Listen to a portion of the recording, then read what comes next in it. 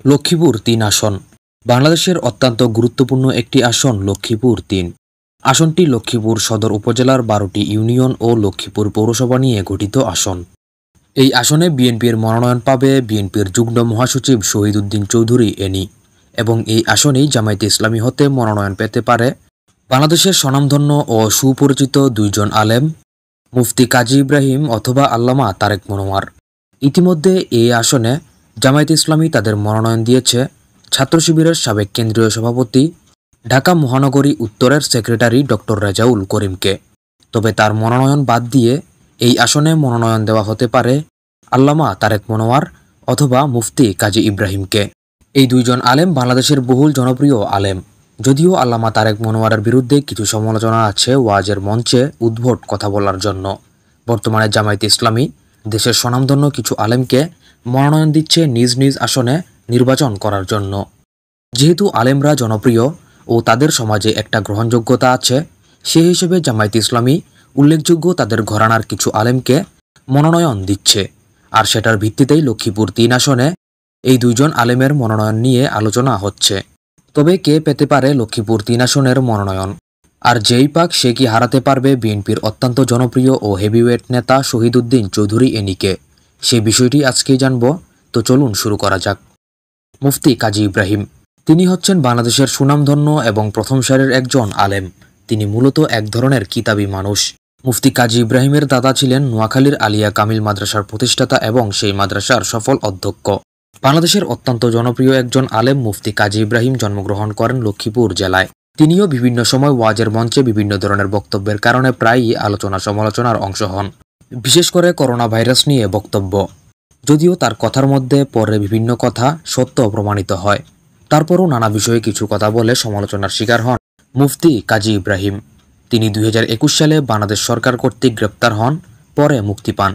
৫ই আগস্টের পর জামায়াতে ইসলামীর বিভিন্ন প্রোগ্রামে তাকে অংশগ্রহণ করতে দেখা যায় এবং জামায়াতে ইসলামী সম্পর্কে বক্তব্য দেন। তবে তিনি জামায়াতে ইসলামীর কোনো দায়িত্বশীল পদে আছেন কিনা তা নিয়ে কিছু জানা যায়নি এবং ধারণা করা যাচ্ছে তার জন্মভূমি লক্ষ্মীপুর, অর্থাৎ লক্ষ্মীপুর-৩ আসনে তাকে মনোনয়ন দেওয়া হতে পারে জামায়াতে ইসলামীর পক্ষ হতে।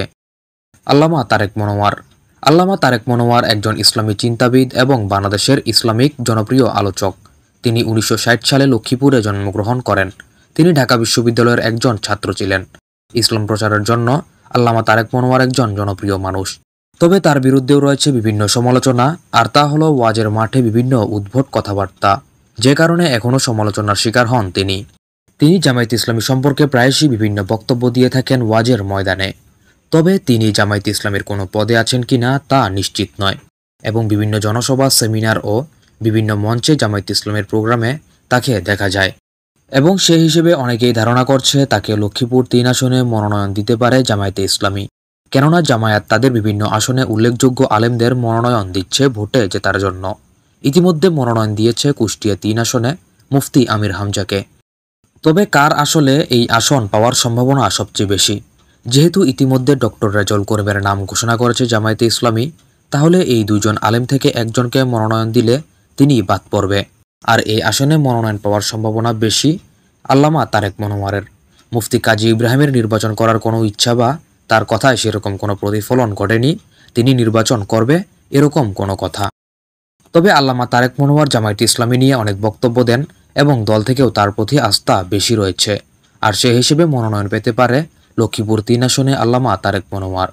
আর এই হিসেবে তাকে লড়তে হবে শহীদ উদ্দিন চৌধুরী এনির সঙ্গে। এই আসনে তিনি সুষ্ঠু নির্বাচনে পরপর ২বার সংসদ সদস্য নির্বাচিত হয়েছেন, আর এই আসনটি বিএনপির ঘাঁটি আসন হিসেবে পরিচিত। তার উপর শহীদ উদ্দিন চৌধুরী এনি লক্ষ্মীপুর বিএনপির সর্বোচ্চ নেতা, সারা বাংলাদেশে তার জনপ্রিয়তাও বেশি। আর সেই হিসেবে শহীদ উদ্দিন চৌধুরীর বিপক্ষে কতটুকু সুবিধা করতে পারবে জামায়াত মনোনীত প্রার্থী, সেটাই দেখার বিষয়। বিএনপির ঘাঁটি আসনে কি এবার বাজিমাত করবে জামায়াতে ইসলামী?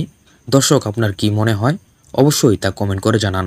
আর আমাদের চ্যানেলে আপনি যদি নতুন হয়ে থাকেন অবশ্যই চ্যানেলটি সাবস্ক্রাইব করে নেবেন এরকম নিত্য নতুন রাজনৈতিক বিশ্লেষণ পাওয়ার জন্য।